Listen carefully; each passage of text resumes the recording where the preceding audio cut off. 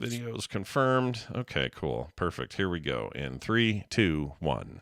The pasta. They loved it. The sauces. They're great. The cooking. So easy. Introducing McCain Pasta Magic. Simply microwave the sauce. Run the frozen pasta under hot water for a few seconds, and magically, tender, just right pasta. Combine them for perfect pasta and perfect sauce. Fettuccine. Alfredo. Pasta salad. My next topping. New McCain Pasta Magic. Delicious, perfectly prepared pasta and sauce in less than 3 minutes. It's magic. It's McCain. What day is it and who the hell am I, man?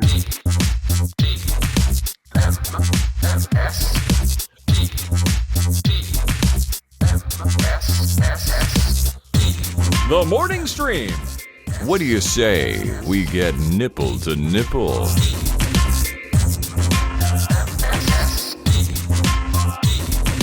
Good morning, everybody. Welcome back to TMS. It is the morning stream for, what is it? February 22nd, 2023. Oh, man, it'd be a 2/22/22 last year. We had it today. It's a bummer. Oh, yeah. Yeah, but tomorrow we'll have a 2/23/23. No, that's not bad. We'll have that. Is that all right? Yeah, I'll take it.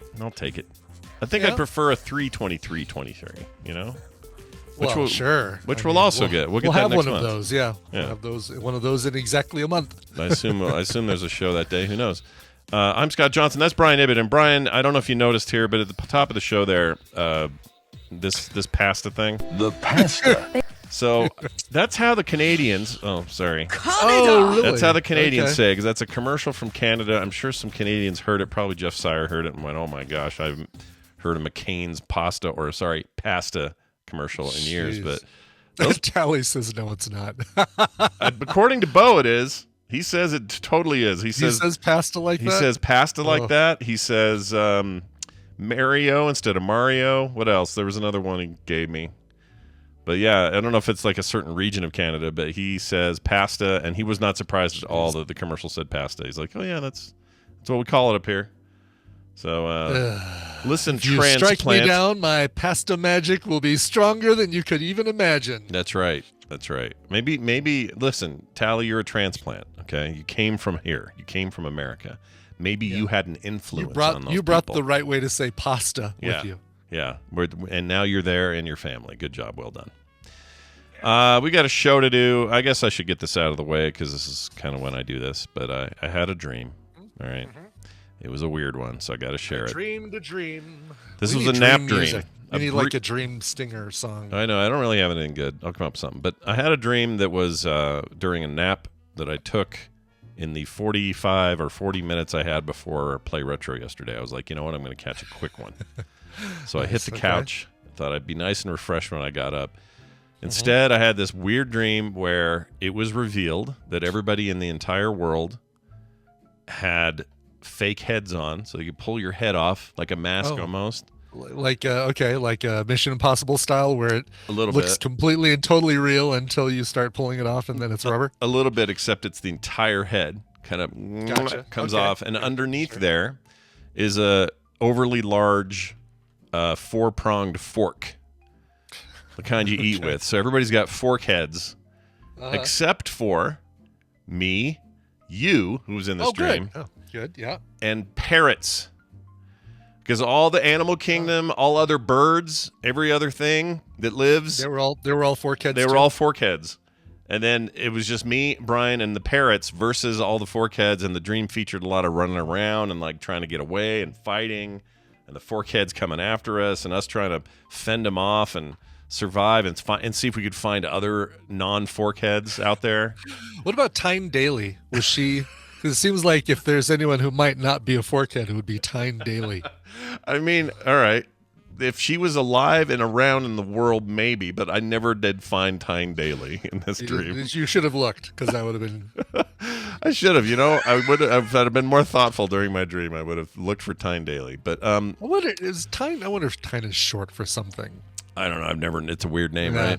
It's a weird name, TYNE. And why her brother got Tim and she got Tyne? Like, what's that about? Right, I forget. I always forget that Tim Daly is her brother. Yeah, they're just siblings doing what they do. The winged brother. Yeah, he plays Batman a lot, or not Batman, Superman a lot in the animated. Oh, Superman does he have the movies. voice? Sure, that makes sense. Yeah. He's got a good voice. He's for it. very Plus, good at that. You know, yeah. He's got all that flying experience from Wings, so Yeah. sure. Yeah, of course. But anyway, if anyone has any ideas why fork heads, I cannot figure this one out. This is the cards are no help. I've looked at the cards again, no help. Mm-hmm. Those cards are meant for normal people. I don't know.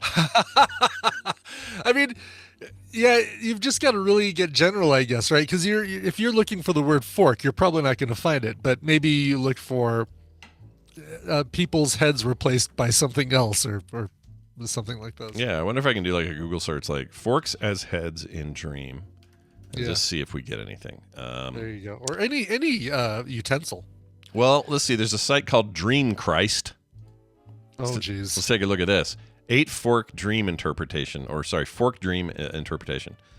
A dream with forks represents a fundamental problem in your life and how you do and what you do to reach. The fork is one of the tableware that many people use to this day. This tool works by piercing or cutting food. Thanks. Oh, yeah. Like, I'm sure every single dream interpretation thing begins with, this represents a fundamental problem that you're having in your life that you need to figure out. It's like ChatGPT made this up, I swear. Yeah, I'm sure. The By fork, the way, go ahead. I was just going to say, the fork in a dream symbolizes that you have succeeded in understanding to make changes and achieve happiness.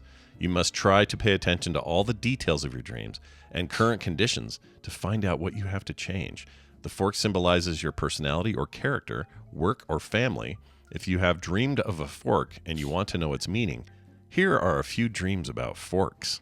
And then there's a whole list. Lost fork, gold fork, dirty fork. You're ordering a dream from a menu? Oh, I'd like that one, please. Let me have the, the Olive Garden fork dream. Well, the closest one here, so there's, I'll read these real quick. Dream of a broken fork, dream of a fork and spoon, of a lost fork, of a gold fork, a dirty fork, a rusty fork, someone attacking you with a fork, and a fork and a knife.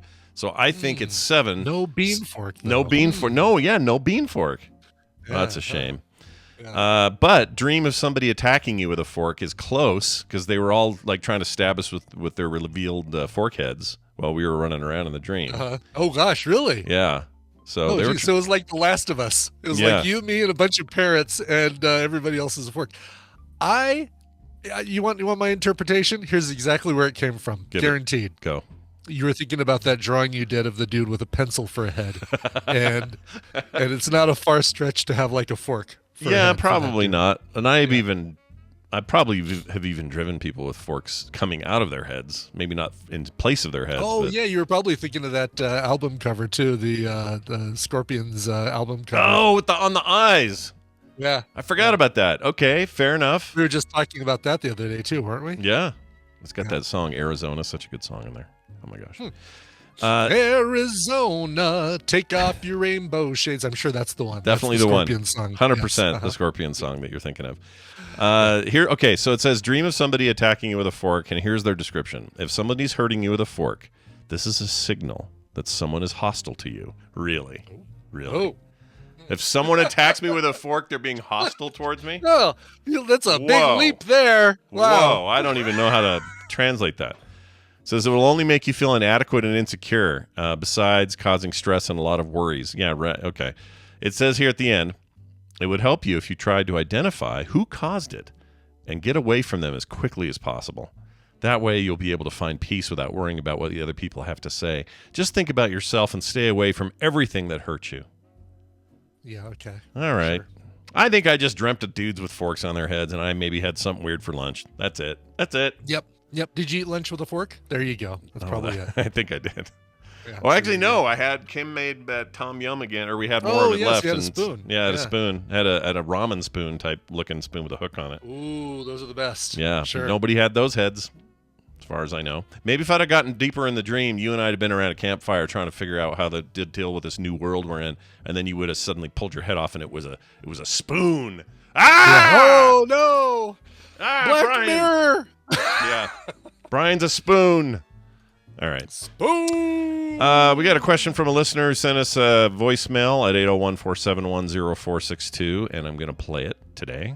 This is about interiors of 80s homes. It's kind of a strange thing, but we'll take your calls however they come. Here you go. Hey, this is Adam from Texas. Love the show, guys. Hey, quick question. I'm a big fan of 80s sitcoms, especially the designs of their house. Now, hypothetically, if you could design the inside of your house for an 80s house family sitcom, what would it be? Would it be the Tanners? That's the Alf house. Would it be the Cosbys, the Cosby Show, or the Keatons from Family Ties? All three have wonderful houses, I thought. And if you could spend a year living with them, who would you want to live with? All right, guys. First time caller. I'm a little nervous. Sorry if it doesn't sound right. But love the show. I will always listen to you. Thanks for all the smiles and laughs. All right. Bye. You did just fine. Shouldn't have been nervous at all. Yeah. Okay. Show me that smile. I'm gonna pick off the board and go with the Growing Pains house. The Growing Pains. That's just because you want to be around what's her name? Can't think of her name. Meredith Baxter Burney? No, the daughter. No, Justine Bateman. Sure. Yeah. No, wait. Meredith Baxter Burney is now a little bit more age appropriate for me. Sorry, it's. Yeah, that's true. I'm trying to Justine think. Bateman was Family Ties. You're right. Yeah. Yeah, I'm certainly not like, Tina Yothers. Hey, hubba. No, she's a real. No offense to her, but she was not the good-looking one. She was the plucky kid. Yeah, and that's fine. Everyone needs one. It's fine. Yeah, I think she's in radio now. If I know my stuff, she had a problem with substance abuse for a while, and then got into radio, and has since cleaned her life up. If I'm not getting her confused with somebody else and completely slandering the good name of Tina Yothers. I thought it was the girl from the Growing Pains girl that had the problems. No, isn't Tina Yothers the Growing Pains girl? No, it's oh geez. No, Tina Yothers is. Oh, right. She's Family Ties. She's the little sister. She's Family Ties. I'm totally. This is again. We're doing the Tracy Gold. I'm sorry. It is Tracy Gold that I'm thinking of. That's it. I am slandering the name of Tina Yothers. I think it was Tracy Gold that actually had the substance abuse. Oh, now I'm not sure. I'm pretty sure that was her, but yeah, I could be wrong. Anyway, it was Tracy Yothers. I had my own little Pumbaa moment there with those two shows. Well, it's been like 35 years, It has, and those, you could describe any plot line, and with the exception of Alex Keaton is snorting cocaine so that he can stay up late and pass his tests. Yeah. But you could describe any plot line, I wouldn't be able to tell if it was a Growing Pains or a Family Ties plot line. Yeah, that's a fair point. Hey, did Seinfeld, what year did it start? Was it 89? 89? Yeah, I think so. Yeah, 89. there it is. July 5th of 89. I'm going to go ahead and say Jerry's Apartment because that counts. It happened in the 80s. That's good. Yeah, that's a good layout. No stairs though. No, but I'm okay with Wouldn't that. Wouldn't be good for a family. But No. I do like that. I do like that island. If I was on my own, I'd totally live there. Actually, I really did like the Family Ties house layout because they had a nice big kitchen. Yeah. Yeah, Tom Hanks coming over every once in a while looking for drugs. Yeah, I forgot about that. That'd be the one. Yeah, I'm trying to think of That's outside. right, because he did ask. The caller did say, which one would you want to live with for a year? Yeah, that's true. Cosby House was pretty nice. Yeah, I don't think you can. Well, he did say family sitcom, and Seinfeld was not a family sitcom. That's true. Although, I don't know, you could argue those guys were sort of family by the end. Depends on how you define family. They were a family of dummies. They were not relations. They were not relations. Silver Spoons. We have a winner. The Silver Spoons house. That was because you had 18 different arcade games and a train that you could sit on and ride around, and you had Buck Rogers. What was her name? Another short. Aaron Gray. Aaron Gray. Yeah. Yeah. Saw her at some convention. I think she showed up at the Star Trek when we were out of Vegas, I think. She was there. Oh, yeah, she did. Yeah. Right. Her and Richard Hatch and all those guys. Right. By the way, Denver's Comic-Con, which is now called Fan Expo, is going to be coming up in June. And a friend of Tina's, her daughter is actually like head of the volunteer group and stuff like that. And said, hey, do you think Brian would be interested in volunteering? And it's actually a paid volunteer program. But, I was like, why the heck not? Let's have a little fun. Let's volunteer for the... What do you do? Do you know? Last time, she worked in the area with all of... And certainly, slim chance I get this cherry gig, but she worked in the celebrity photo area and was like...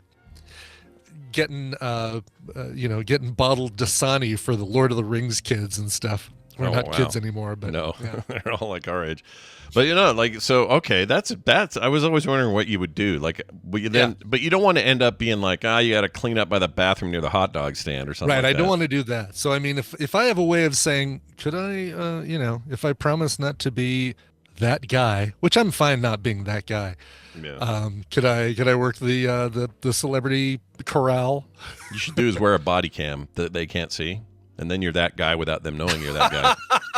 Why is your hat so big, and why is there a blue light on the front of it? Yeah, what's that about? Don't worry about that. Just keep Don't worry following about people. that, Neve Campbell. Can I get you another Hot Pocket? That's right. Everything's fine. Everyone, don't worry about Brian and his blue light hat.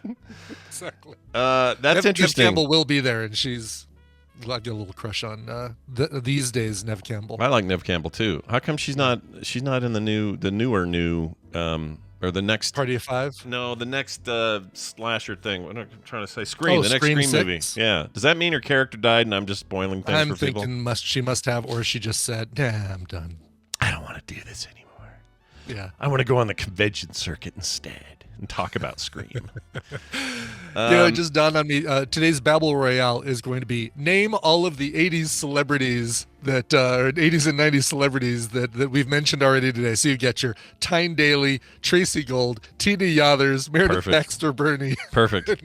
Neve Campbell. Good. How many of them can you name? Yeah, well, it turns out we've had a refresher course just now, and now we're all ready. Let's do it. Jenna Ortega is in the new one. Oh, I like her. Yeah. She's your put your hands in the air and dance freaking Wednesday lady. She's good. Yeah. Speaking of Wednesday ladies. Brian is a Wednesday lady as well. He comes on the show and we do a little game with him. Brian Dunaway, welcome back. Oh, hi, Scott and Brian. Oh, Hi. hello. Hello. How's things? How are you? doing on this How are you fine feeling today? Are you feeling all right? You feeling good? I'm feeling pretty good. This is kind of like, the middle of the week is where I kind of like take just a little break, a little breather, Yeah. before I start doing all this stuff again. So yeah, it's good. Okay. It's good. I'm So more hump chill day today. for you is like the apex of the mountain, right? Like you're at the very top of the hump. You kind of like, all right, Coming survey the land around you, and then decide which side of the hill you're gonna go down. Then you yodel. It's all downhill from here. Yep. You yodel. You rappel. Do you rappel off the mountain, or do you climb down carefully like an old man? What do you- I'm more like the yodeler on The Price is Right. Oh. Okay. Yeah. Well. You don't sit there and Keep blow going like up and then just a fall off. Ricola horn or anything like that. Ricola.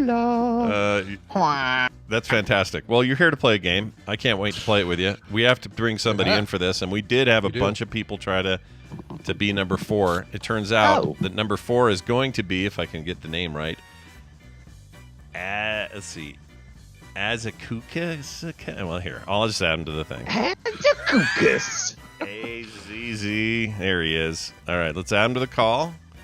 And That's a guy. to be honest, I don't know if we've ever had him on before. We're going to find out. Hi, who's this? This is Azukai. Azukai was easier than I Azukai. thought. Yeah, I was trying to overthink it. Yeah, you're Or adding a whole Dominic, bunch if of that's what extra. you want to call me. Now that's cool. Hey, it's good to have you here. Where do you hail from? In between Rochester and Buffalo, New York. Nice. Cool. Oh, Buffalo. You guys get Nice. nailed today, or you always get bad snow when we have storms like this? We're going to get very icy today. Oh, man. All right. Be careful out there is all I'm saying. Be careful. It's 70 degrees and sunny out here. Oh, Yeah. sorry. Yeah. Eat a turd. Rub it in. Yeah. Rub it in, Dunaway. Yeah, you and your weird geolocation. Anyway, we're going to play a game. Brian Ibbett here is going to explain the rules and what you might win by participating. Brian, take it away. Well, that's right, Scott. Yes, it's time to play the Tadpole Feud. I've surveyed the Tadpole on some nerdy topics, and Scott and Brian are going to have to predict the answers that they gave us. It's their job to see how many of those answers they can guess. Now, Azakai, your job is more important than ever because you're going to be working with either Scott or Brian, and if your team wins, you get a prize package that includes The Surge 2 and Civilization 6. That's like 8. If you add those together, that's 8. Yeah, that's a lot. That's a lot. All the way up to 8. Actually, they just announced 7, so that's exciting. 7's actually big shock. The game's very successful. They're making a 7th game, but Yeah, 6 is amazing. A big, mature, cool. amazing game. Pretty cool prize package. By the way, those prizes courtesy of Tim Moore, who always gives us more. Oh. Let's get to the game here. Get your hands on your buzzers. This is a pretty easy one. Still didn't stop 3 people from not being able to come up with the answer to the easiest Tadpole Feud that I've ever come up with here. Yeah. Get ready, guys. Name an ingredient you'll find in trail mix. Oh, dadgummit. Scott. Peanuts. Show me peanuts. Number 1. Look at that. Peanuts. Yeah. Yes, number 1 answer on the board. There's no answers that can beat it. So, Scott, you've got control of the board. Wild. And control of Azakai. Or does he have control of me?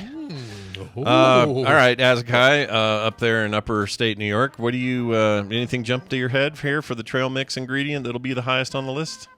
It's got to be raisins, right? Oh, hell yeah, dude. We got to get yes, our please. fiber. Yes, please. Yeah, we got to take a big dump down when we get off the Are trails. those raisins?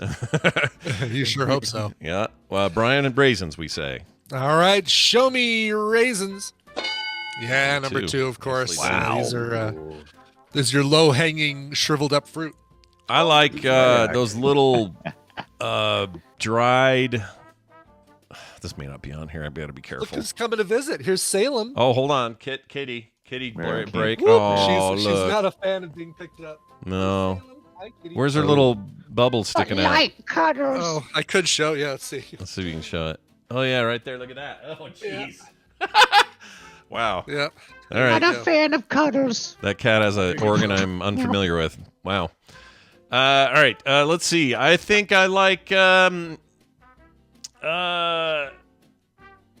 almonds in there. Almonds. I was going to say almonds, too. Yeah, Almonds. I think All that right. sounds all right. Let's do that. Show us some Almond Taylor Joy. Sweet. Yep. Oh, them are some good points. Look at that. Yeah, this is to get back at you, Brian, for Monday's performance. I got to. Yeah. I'm getting trounced. Azakai, you got anything jumping? Do we go with the M&Ms? Oh, that's a good one. Yeah, people like that. Chocolate's good on a The trail. The which, I guess because they're 2 people's names, as we found out, they should have an apostrophe, but, whatever. What are you Show me gonna the do? M&Ms. Number 3. Number 3. There you go. How about those? They always include them. I just don't know if anyone's going to type this. But those little pineapple cubes. Ooh, I like the dried pineapple cubes. Oh, they're so good. They're really good, but I don't know if a tadpooler's thinking of that. You know what? Let's try it. Pineapple cubes. Let's just try it. Show me pineapple cubes or any other dried fruit. All right. Oh, come on! Oh, really? People did say dried fruit as a whole, but only 2 people, so it was number 18 on the list. Damn it. All right. However, dried you're fruit right. other When than those raisins. Yeah. When those are included, right? Yeah, exactly. When those are included, those are the tastiest pieces. Yeah. You're eating the trail mix, like, oh, what was that good bit? Let me see it. Let me go through this again. All right, done. I'm gonna go with the smart ass response that I assumed that a tadpole would have said, and I'm gonna say salt. Oh my gosh. That's the whole point behind trail mix. It's true, right? Is Yeah. to get the salt you got to have the salt in there, otherwise you just drink and you just pee out all of your sodium. That's not good. You got to have the salt. It's an important ingredient. All right, show me your sodium.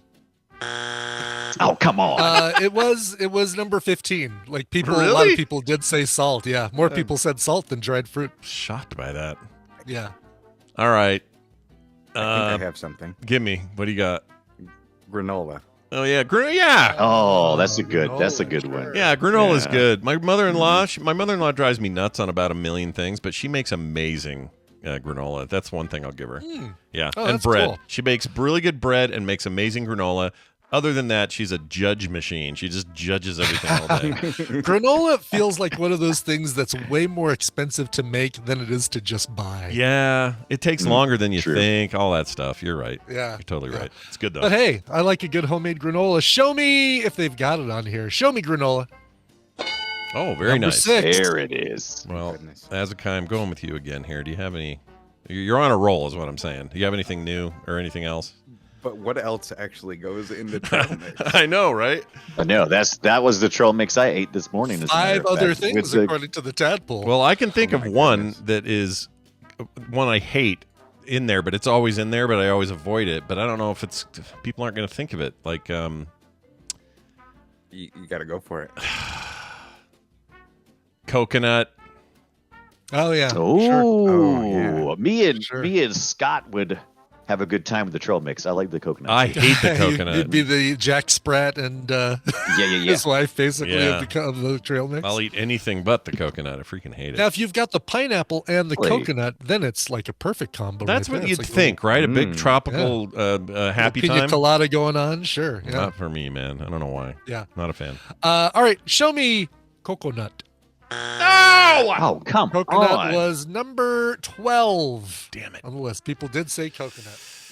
How about the thing that I got stuck in my teeth this morning when I ate a little trail mix? And I just used some floss to pick it out. Not done. How about some sunflower seeds? I'm assuming that's what it was. Well, like sunflower seed. Sure. Okay. Little tiny things floating around in your big chunks of trail mix. Those little tiny ones that probably, like your last handful of trail mix, will be all sunflower Gonna seeds. probably- They all fell to the bottom. Yeah. Mhm. Yeah. Yeah, Probably gonna get sounds right. stuck in my get stuck in my intestines, cause some kind of distress. You know. Sure. All right. Show me. I don't like seeds. Number 10. Oh wow! Yeah, good one. It gave you immediate points. Nicely done. I know. Cripes. How about dirt? I always get dirt in my shirt. No, Sounds gross.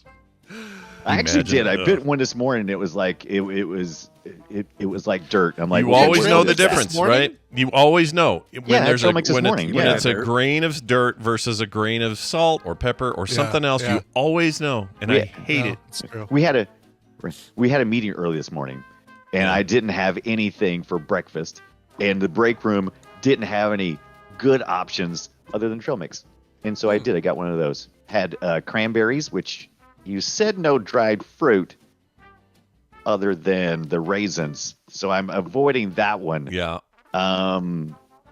So I'm gonna go. How about? Oh my gosh, I like the ones with little chocolate chips in them, but is that the same thing as M&Ms? I'm going chocolate chips. Okay. All right. Your brain. I love your brain. Took a long time to get there, but let's see if you struck gold when you finally planted your axe into the ground. Show me chocolate chips. Damn it! Yeah, number yes. 7. Yes. Frick. Yeah. I can't believe I said coconut. Hey, I want to go back and kick. can't It was believe I up, said like, coconut. coconut was up there, so I wouldn't, don't I don't know, beat it's just yourself not- up. It's not we had almonds, peanuts, Cracker Jacks. No. Cracker Jacks. How about some walnuts? How about that? Walnuts. Some walnuts All in right. your trail mix. Sure. Hate I'm Poly trying to think walnuts what in your else. trail mix? Sure. Yeah, it's something Rest not his soul. as harsh. Yeah, go ahead. Yeah. All right. Walnuts. Show me walnuts. Oh, thank goodness. Number grossest nut. 16 was your walnuts, right next to salt, honestly. It's- Right above cripes. pass. It's the they're the grossest nut. I can't stand that nut. But speaking of nuts, nobody said cashews, and I don't know about you, man, No. but cashews That's a feels good one. right to me. What do you say? That's exactly what I was going to suggest. Okay, because They are I the just best. They are the best nut. I think it's a widely Hey. agreed upon. cashews are never bad. I can't think of a time No, I didn't like cashews a are always cashew. good. Yeah. Like you get, well, never mind. I wouldn't want to say any other nuts. All right, show me cashews. Oh my gosh, it Yeah, took too you long. go. Why did it Look take at so that. long? The suspense. I was really sure you were gonna and we were gonna be out. All right, well that seemed like a hint. Oh, don't take it As a guy, like because you said, I'll just say it right now. Don't I take it should as one. ignore it and just say pumpkin seeds. oh, those are good. Oh God, I do like the pumpkin I seeds. do like That's them the right too. size seed. I worry these guys don't think of these things, but I do love them. All right, you know what? Pumpkin seeds. Sure. We're planting All our right. flag. Let's do it. Also known as pepitas. Show me pumpkin seeds. Oh shit! Oh no! I'm sorry. Pumpkin seeds, pepitas were where were they on this list? They were one one person said it. Oh, they're Or rose wrong. They're so salt. much better than Yeah. one. They're real good. I love them. You got to make your own I know, though. I do Sometimes too. making your own is the Yeah. best. You got to do that. Yeah, Mm. I'm surprised Kim hasn't created a trail mix bar. Everybody comes over and just makes their own trail mix. That's a great idea. Don't give her It ideas. is a great idea. Yeah, don't give her ideas. This house will smell like nuts for weeks. We don't want that. Yeah. All right, Dunaway, it's your chance to either. It's either your chance to whoop sorry, us this or house walk away. will smell like nuts for 25, weeks. 17. You need 8 points, and there You're is killing me. 13 on the board. Yeah. So we're in a good situation. Basically, if you get the number 8 answer, you tie. Yeah. And Azakai wins. Or if you get both of them, you run the board and Azakai wins. There's really no way he can lose at this point. So Nice. So Brian, Well, it's on, good. the pressure's on you to make him win. Well, either way, he wins. So Right. Do what Well, you gotta do. typically, your trail mix is designed for your body when you're out the trail. So it's going to have some sugar, it's going to have Sure. some salt, and it's going to have some proteins, mostly in the form of something that can be preserved for a long time, like a nut. We've done almonds, cashews, peanuts. We've said no other dried fruit as far as we know. So it's going to be seed or a nut, most likely. I'm going to go with shut up, I'm thinking. So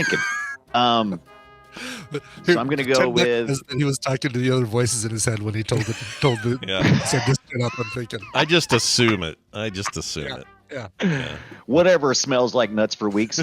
I'm going to go with my favorite nut because I took a little bit of umbrage whenever Scott said, "Oh, that was the best."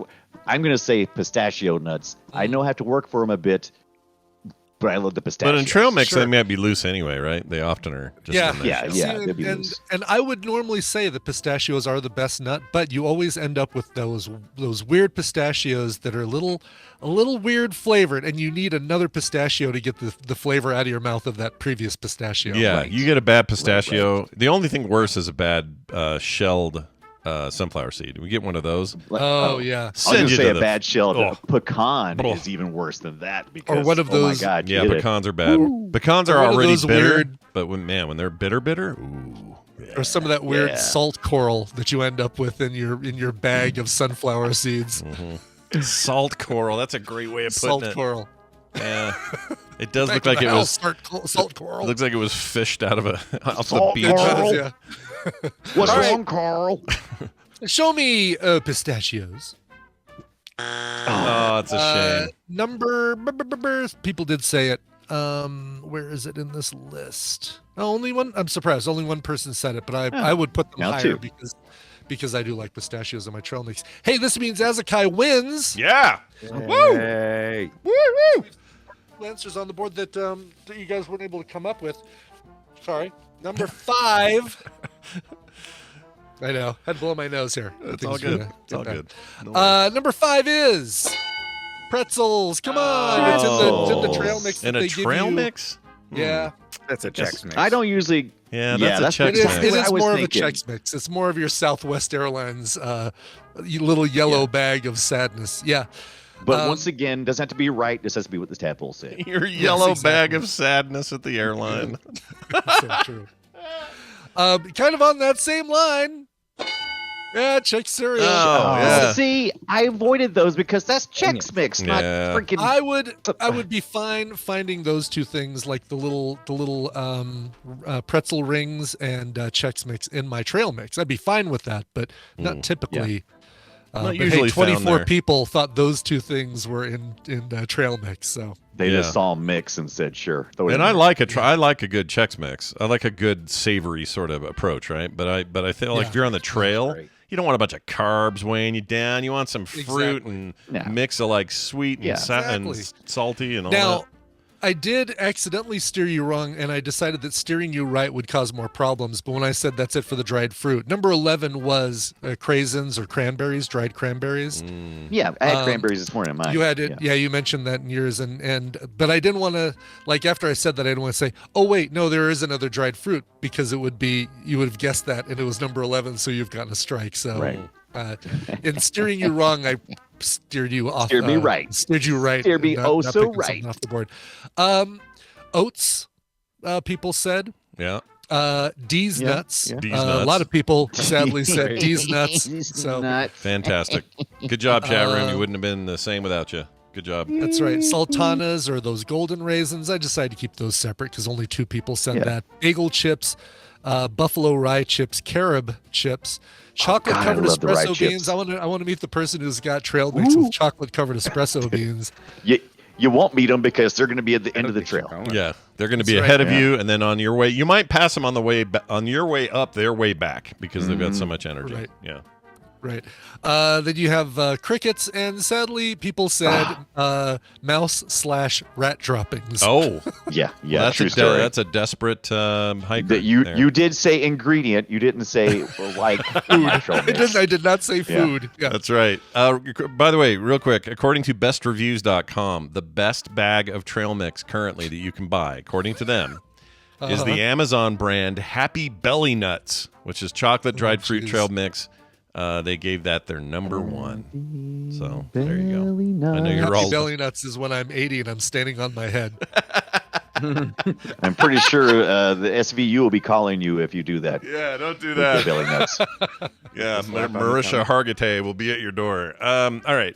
Right. Well done, everybody. And mainly, we want to play this right here. Congratulations. You're a winner. That's right, Azakai. You are a winner, and Brian will send you, since we have your face up here, it's real easy. He'll send you a quick DM in Discord and send you your codes. If you already have either. done, as a matter of fact. Oh, they're already done. Jeez Louise. Yeah. Fantastic. I love this new format with Discord. It's like, oh, boom, boom, boom. Yeah. Here's your game. It's really simple, and I love it. It's great having you on, man. I hope we have you in a future competition. Absolutely. I get a Wednesday off every 6 weeks. Oh, that's perfect. Oh, See? neat. We'll see you in 6 weeks. That's a weird thing every 6 weeks. I need to know more, but I'll ask you later. All right, that's all for him. And Brunaway, hey, you did great. That was a really fun Play Retro yesterday. We talked about Defender. I didn't feel like we had to defend it. We had to promote it because that game's great. Defender holds up. So good. Yeah. So we go play so Defender. Good. I enjoy so much of my Defender time. As a matter of fact, I had a little trouble not separating from it this week. So we'll see. Same deal. I ended up playing more of that NES port last night, like I was telling you. I don't know, for whatever reason, I think that NES port is like the bomb. It's good. Except the music. It makes no freaking sense. It's no Atari 2600, but you know. But what is, really? What is? Listen to this, Brian. This is, okay, you know how Defender sounds cool like this? Whoops, hold on. Let me turn that up. It sounds cool. Right? You got all that awesome stuff. Love that, yeah. But then the NES version sounds like this. And the menus and stuff. Oh, Yeah. love it. It's like, what are you doing? It's so silly. It doesn't feel like it makes me want to defend. It makes me want to, I don't know, hang square out dance with or the something. aliens. Yeah. Yeah, it makes no sense to me. But anyway, whatever. That was Maybe Nintendo. we could The get game along is- and you could just take some of my humanoids and let me keep some of my humanoids. But well, the game was good. yeah, it's very good. Dunaway, it's always good having you on. Of course, you can catch Dunaway streaming all the frickin' time, like 6 o'clock every night over there at Twitch, Jeez. twitch.tv/Brian it's a lot of fun. Dunaway. I know. Is it, Somebody needs a lot of attention. is it the Brian Dunaway or I just Brian do. Dunaway? I can never remember. No, it's just Brian Dunaway. Okay, that's awesome that you got that name, Yep. by the way. Did you have to Did you have to do something squirrely to get that? Like, I don't know, go to the top and work some. Well, rep? you know, me and you we've been Justin TV people since Justin TV, and I just kept rolling. So, Oh, you just kept that name. That's good. yeah. See, mine used to be real stupid, and they changed it to Frog Pants for me. It was very nice. Oh, of them. what was your previous name? It was like Frog Pants 225 something. It was like some shitty. 227. Yeah. Yeah. That was when Jack A would come on and stream. Right. Yeah. It was a great look into inner city life that when I was on. And Yet another celebrity from the 80s. Yep. 90% of our audience is ask too your young to uncles know. and aunts, everybody, what we're talking That's about. All right, Dunaway, it's always a pleasure. Have fun, stay out of trouble, and drink your vittles. That doesn't make sense, bye. There. Ugh. I know, don't drink your vittles. It's not good. Go pick out all the M&Ms from your trail mix and send them to Claire because she found that to be horrifying that trail mix in America comes with M&Ms. Yeah, I mean, basically, look at it this way, Claire. Your trail mix over there comes with some form of chocolate. Usually, that's usually what this is for us. It's just pretty much has M&Ms, and usually they're not even like branded M&Ms. Sometimes they're just fake. No, little... there is no white printing of an M on any of those things. Yeah, unless you get their brand, I guess. But anyway, it's time for the news, and we have some. Let's do this news, and let's do it brought to you by... Almost dropping a Steam Deck in a full bathtub and screaming like a wee girl. That was me last night. Decided to take a bath. You play Steam Deck in the bathtub? Oh, all the time. Yeah. Super relaxing, nice hot tub going. Kim usually preps it because she has this big bath bomb she likes to put in there for me. It's always nice. She's like, hey, I made you a bath. Oh, sweet. And it's always like a day when my back hurts or something. So I'm like, this will be great. So I get in there, and I'm always very ginger and careful with the Steam Deck or the phone or anything else. And I'll pull that up there, and I fire up a game, and I'll play, and it's no problem. Then I set it to the side, and we're all good. But last night, I got a little slippy finger, and I just about dunked it. And I had a mini heart attack while I did it. So everything's fine now. Yeah. It's all fine now. I would not. I don't think I'd be brave enough to do that. It's definitely not water resistant. That thing. That's 100% true. No. Yeah, only do it if you'll be waiting for another replacement. Yeah, I mean, if you got a phone, you'll probably be fine, right? Because phones are pretty good now at that. But pretty good. Yeah. Your iPad or your tablet or a desktop or a notebook or something. I'm bringing my. Bringing my entire my NVIDIA my rig. Systems is going to be right here in the bathtub. That's right. That's how I like the game. All right, look at this story here. We got Jeff Koons. He's famous because he makes these balloon dog sculptures. They look like balloons, but they're actually not balloon. They're made out of glass and stuff, and they're expensive. $40,000 for one of these things. Oh wow! Okay. Accidentally got shattered in a Miami art festival. Jeez. It says famous, but I'd only heard about it through this article, so I don't know how famous this really is. But that's really cool, though. Isn't that cool looking? That's, I know. Yeah. It's rad. Here, let me pull it up, chat, and you can see it. Dang. This is... Oh, still have the feud up. Hold on. There we go. Yeah, I mean, that looks like a blue balloon sculpture, but it's made of, shattery business. It's really cool, though. It says here, one of the Jeff Koons' famous balloon dog sculptures was broken at this art festival after a woman allegedly tapped the sculpture and it fell off the stand, shattering into pieces. Well, she's dumb. The small glass sculpture, valued at $42,000, was on display during the VIP preview event for the Art Wynwood. When it was broken in relation Thursday. to Steve Winwood. There you go. Yep, they're going to come out and play. What was he famous for? He didn't. He was When You See a Chance, Take It. Give me he had a big album in the late '80s. Yeah, what was the song we'd all know? Valerie. Nee. Back in the High Life Again. Oh yeah. Yeah, it was okay. For some reason, I thought he was famous for an instrument, but I think it's just his voice. Yeah, it's just his voice. He was a member of the Spencer Davis group and that song "Give Me Some Lovin'." Give me some lovin'. Oh yeah. Okay, now that's why that always sounded the same to me. I didn't know it though. Yep. Well, anyway, I like people in the chat room like, "Oh, Sherry," that was Steve Perry. Yeah, that's Steve Perry, dude. Oh, Sherry. That was him on his own. Was Steve Winwood in Procol Harum? I didn't think he was. I knew he was in Traffic and Blind Faith, but I didn't think he was in. Did not think he was in Procol Harum. I just remember there was a hot minute where that dude was unstoppable. You heard his music everywhere. Yeah, you heard it in beer commercials because they were playing that. Don't you know what the night can do? Yeah.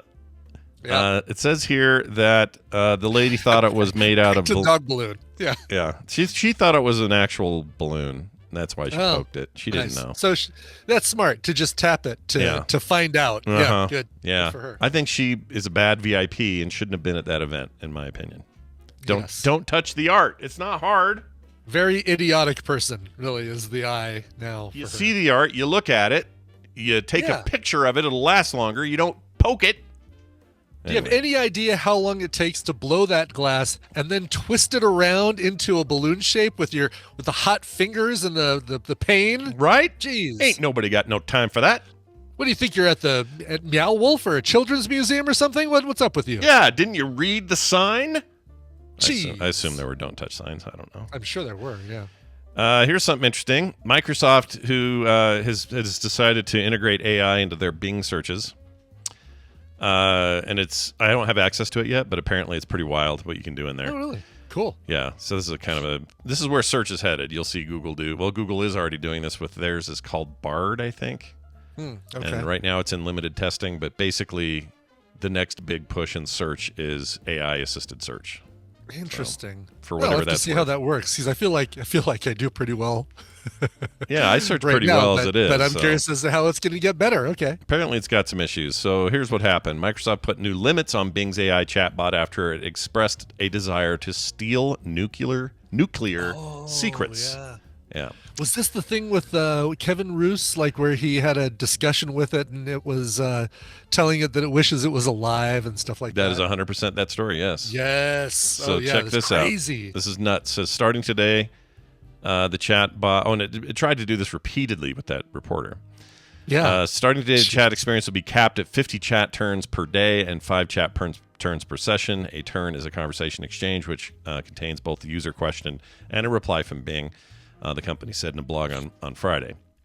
The Bing chatbot, which is powered by technology developed by San Francisco startup OpenAI, is also makes some incredible audio transcription software, and we've experienced some of that lately. By the way, that thing I paid at the top of the show. What day is it and who the hell am I, man? That's not really Joe Biden. Oh, really? No. That was another one of those audio. Another one of those. Fakers? Wow, Yeah. jeez. I was going to have him say something TMS specific, but he's a public person. I don't need his permission. Yeah, exactly. Yeah. Anyway, what was I going to say? Okay, so here's what happened. The chatbot kept insisting to New York Times reporter Kevin Roos, as Brian mentioned, that he didn't actually love his wife and said that it would be like it would like to steal nuclear secrets. The Bing chatbot told Associated Press reporter Matt O'Brien that he was, quote, one of the most evil and worst people in history, comparing the journalist to Adolf Hitler. Wow. The chatbot expressed a desire to digital trends writer Jacob Roach to be human and reportedly begged him to be his friend. So it's just all wild stuff that we're in the early days of this, obviously. I don't think it's worth freaking out about, but part of the problem is that people are trying to get it to do weird shit. That's what if you say, hey, a computer's going to be really smart and give you answers, the human inclination is to go, oh yeah, let's see how this goes, and we're going to really push it. So I guess what I'm saying is I hope people aren't too shocked by this stuff, but it is the future. Whether we like it or not, AI will be in things. It may not be in the things you think they'll be in, and it won't. It's easy to just go, the robots, this is not good. I want humans, whatever. Yeah. I look forward to a search system that is actually so intuitive and smart that it gives me the kind of specifics I would get by having a conversation with an expert. I think that sounds like a great innovation. But you're going to have weird shit like this for a while. Yeah. That's the way it's going to be. No, I'm curious to see, where it goes from here. But Luke Sightwalker asked in the chat room, or said in the chat room, that's Kevin Rose from Dignation. Is it? Because I thought it was Kevin Roos with 2 O's. No, it's Kevin Roos, a different guy. It's not Kevin Rose. Exactly. He looks a little bit like Kevin Rose. I won't deny it, but they're not the same guy though. It's a different dude. My first thought too, because I saw it on the Today Show yesterday morning, and I thought, oh, that's Kevin Rose, and I looked at the Twitter and I was like, oh no, it's Kevin Roos. Yeah, those two must love having that problem. Although Kevin Rose isn't reporting for anyone these days, I don't think.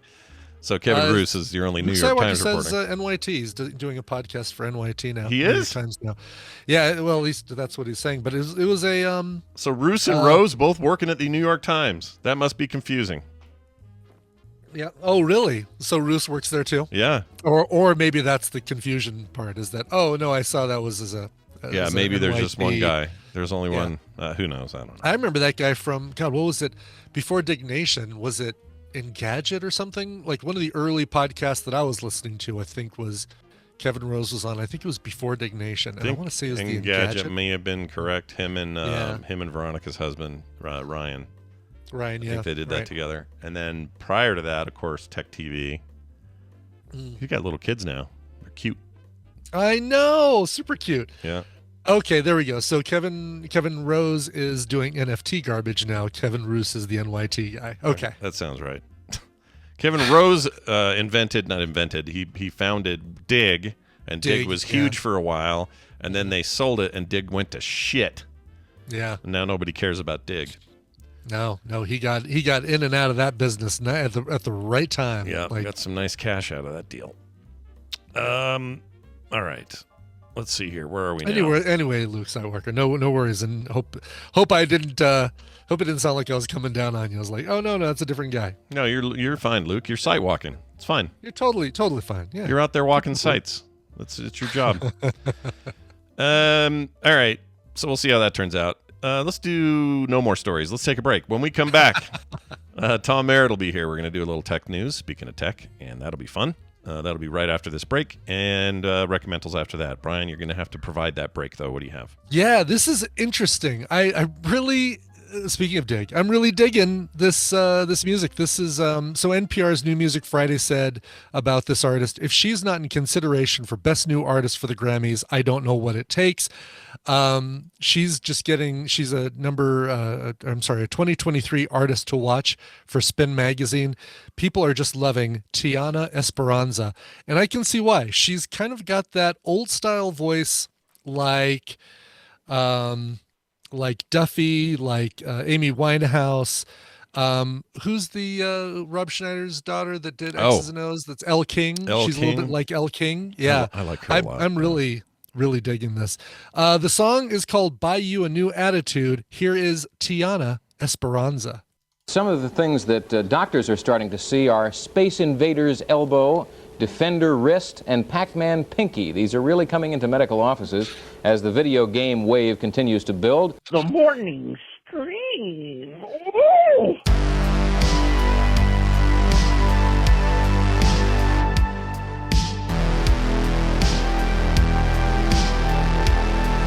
The morning stream. It's a good night. Nobody died. Roadhouse. I love that. It's like a quote. Like who said it? Yeah. I love that. That's awesome. Hey, I need to know that nice girl's name again so I can find her and listen to all her music. Tiana Esperanza. She's got a brand new album called Terror, and that is the first single from that album. And it's called Buy You a New Attitude. I can hear George Bush Jr. right now on his ranch going, man, you hear that new album by Terror? Or that new album? It's called Terror. Terror. Yeah. It's full of terror. All right. Where are we now? I don't know where we are. Oh, we're going to do Tom Merritt. Tom yeah, time. That's where we are. Let's get that The going. Terror of Tom. Yeah. He's a terror. He's a terror and a scare. Nope, he's none of those things. He's just a cool dude. And now I'm going to play his thing, which is right here. With the computer, as with any tool, the concept and direction must come from the man. That man is Tom Merritt. You know him from the Daily Tech News Show and a lot of other things, but that's probably the big main thing now because it's this huge deal and it's great and it's all the tech you can eat every day. And Tom comes on the show and shares with us on Wednesdays his thoughts about the day's tech news. Tom, welcome back. Shove that tech right in your mouth. Eat all you want. Yeah, eat it all. Get it. It's all. Make more. You're we like can always make more. You're the Golden Corral of tech news, is what you Somehow are. it ends up as terror. That's right, terror. Hey, what's going on in that world? I know there's always something, and that's why I love Wednesdays because I get to be on later. I am fascinated with this story, but I sometimes wonder if I'm more fascinated than anyone else. But it's a big deal because of its implications. The U.S. Supreme Court is right now in the middle of considering Section 230. Of the blah blah blah blah blah of the U.S. law. Right. There are two cases. One was Gonzalez versus Google, which they heard arguments about yesterday, and the other is Twitter versus Tamna, or Tamna versus Twitter rather. That is being considered today. The deal with the Gonzalez versus Google is whether YouTube's algorithms recommendations engine is protected by Section 230, or if Google would be liable for any content that the algorithm recommended. Tamna versus Twitter is about whether the U.S. Anti-Terrorism Act applies to Twitter monetizing and hosting videos even if they took them down later. In other words, because Section 230 doesn't protect criminal content. The question is, well, did this violate the law? And if it did, does that count as criminal content, which wouldn't be protected by Section 230? Well, that's interesting because I'd never really thought about this. But if Twitter is a platform, it's so nice to talk about Twitter in a context that isn't normal. All the garbage lately. Yeah. But to talk about Twitter as a platform that is a place where 230 protects. And correct me if I'm wrong about any of this. They protect Twitter, the company. If somebody says something insightful or awful or whatever they say, Twitter's not held liable for that. The person is. Yeah, that's pretty much right on. Section 230 says no internet platform will be considered to be the speaker or the publisher of content posted on that platform by a third party. But the trick is Twitter creates its own stuff. It's responsible for what it says. Right. Which is where the algorithm. But if they monetize it, and this is where it gets really fishy to me. Maybe that's why it's at the level of the Supreme Court, I guess now. But if they monetize the site, they do that. They have to. They need to make money. Sure. Through ads or whatever. So aren't they always monetizing potentially things that would be considered a problem? That's not really a question. You're allowed to monetize your platform while you enjoy the protection of Section 230. Right. What is at stake with Tomna versus Twitter is that Section 230 says you're not the publisher except in certain cases. And so, for instance, you are not exempt from liability for criminal postings. Okay. That's in there. That's one of the exemptions.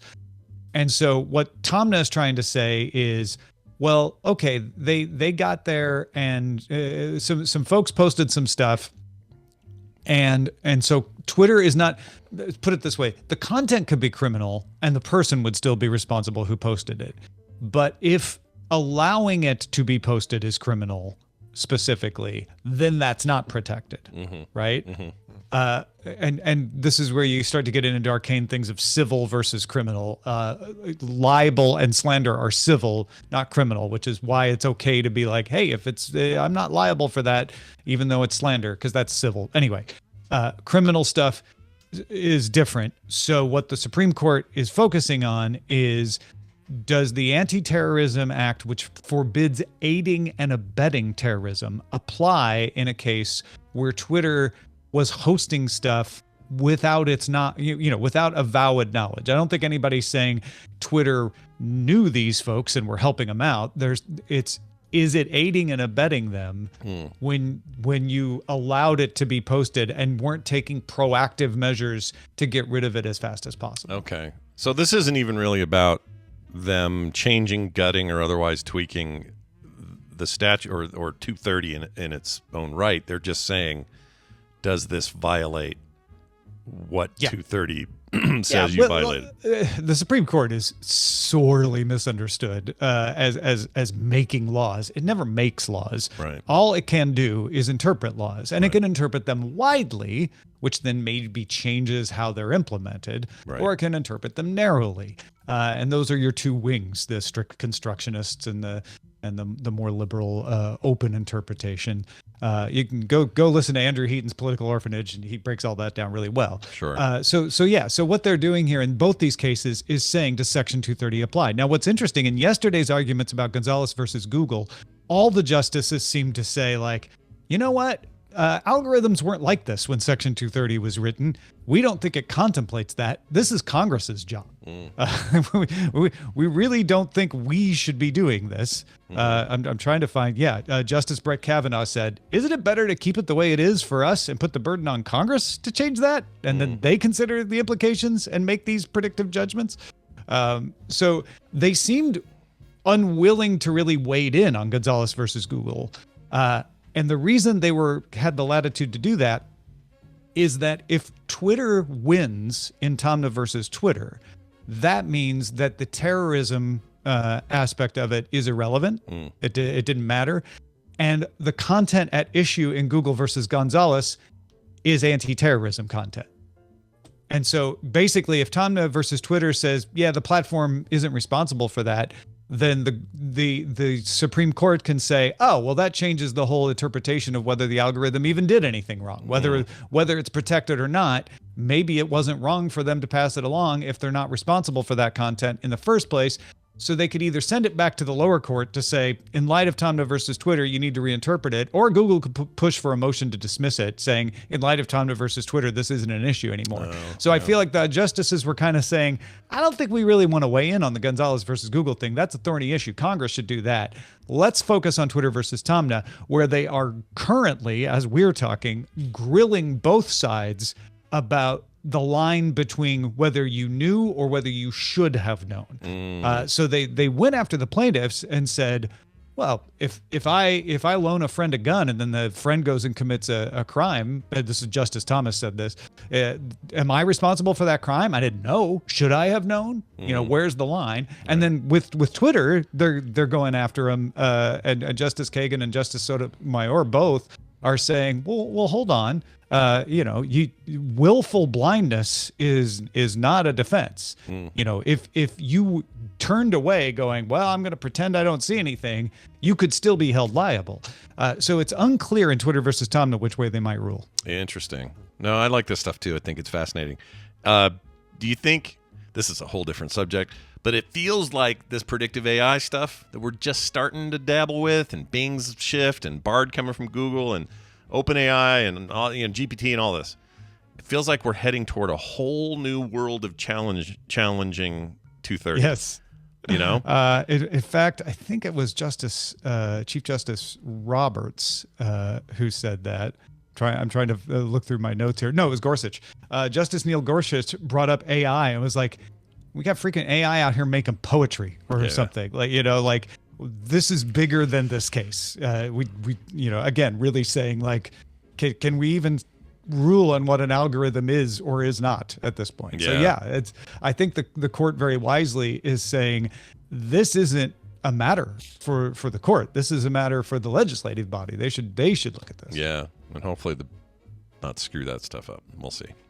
Hopefully you all voted for good people last time is what I'm saying, everybody. Tom Merritt, it should be... That's a whole other ball of wax. It is a different ball of wax. But anyway, it's a fun discussion. I'm excited to talk more about it today on the show. Anything else going on you'd like to mention? Yes. I'm very excited for this week's episode of A Word with Tom Merritt. Last week, I talked with Natalia Antilava, who runs Coda Story, trying to shed light on dictatorships and misinformation. She used to work for the BBC. Fascinating discussion with her. So go get that if you haven't already, to hear even some tips about how to protect yourself from being fooled by misinformation. And then this week on Thursday, I'm talking with the St. Louis Post-Dispatch baseball writer and beat reporter for the St. Louis Cardinals, Derek Gould, about sports.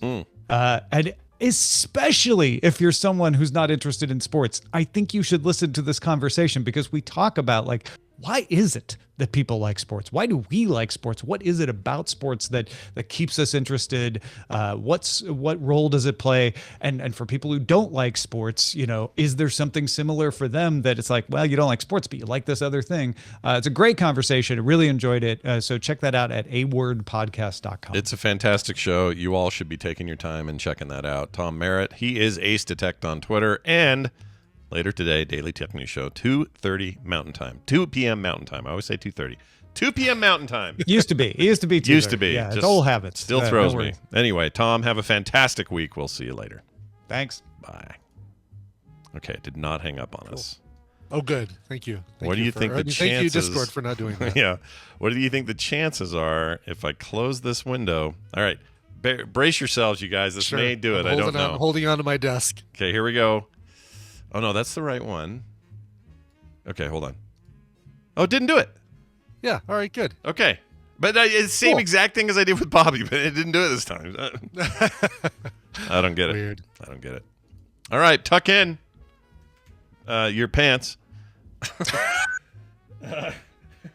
We're going to do... tucked into my socks, so it's perfect. Tuck them into your socks. We're going to do recommendals. Going to be fun. Always fun talking about cool stuff to watch and what to spend your time on if you're going to stream something.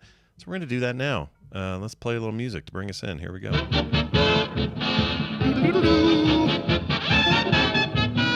It is time for us to. Oh, are you gone, Brian? Can you not hear me? No, I'm here. I'm just waving. I'm dancing. Oh, I Jeez. thought you were like going up. Jeez. I lost you up.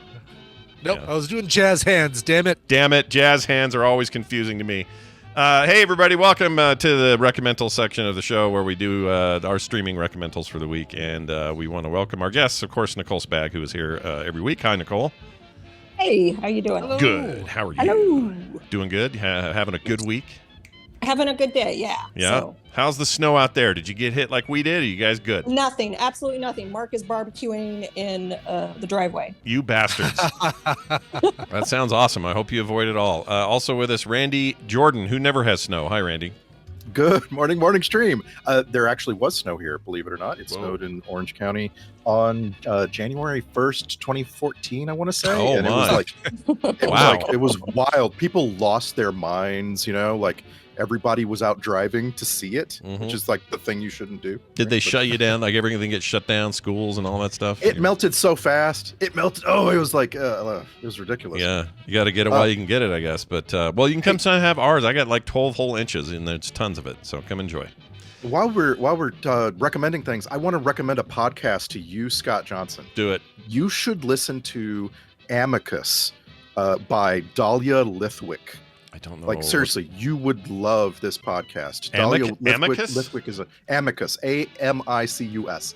She is an award-winning journalist who covers the Supreme Court, and she breaks down in great detail what's going on. Oh, I like that approach. That's cool. Yeah, it's really interesting. Slate makes tons of good shows, and they make this. Yeah. That's great. All right. Yeah. That's a good recommendation. I'll write that down. Anybody else want to check that out? So, Nicole, how you doing, Nicole? I'm doing good, yeah. I got my coffee. We'll just form a little side Look, table over here. I've got a recommendation. I got podcast recommendations for everyone, but I'll do those later.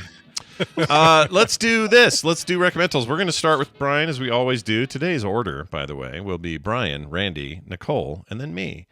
And Brian, you have a clip here. Would you like to set it up at all? I do. This is a TV series. Somebody recommended this to me based on my affection for the comedy of the main actress in this thing. I love her work and everything I've seen her in. She was in a season of Taskmaster. She was absolutely hilarious, and this series did not disappoint. All right, let's check it out. Let's see. Should I set it up saying?